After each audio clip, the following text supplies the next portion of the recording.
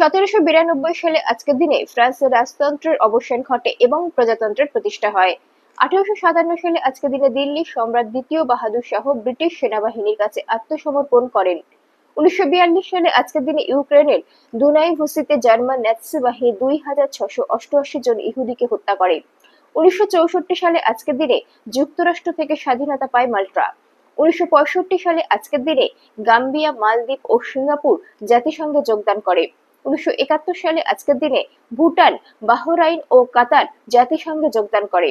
কলকাতায় association for improvement of mathematics teaching প্রতিষ্ঠিত হয়। 1974 সালে আজকের দিনে হন্ডুরাসে বন্যায় 8,000-এরও বেশি লোকের মৃত্যু হয়। 1976 সালে আজকের দিনে জাতিসংঘে যোগ দেয় সেসেল। 1980 সালে আজকের দিনে ইরাকের সাবেক বাথ সরকার ইরানের বিরুদ্ধে সর্বাত্মক আগ্রাসনমূলক যুদ্ধ শুরু করেছিল।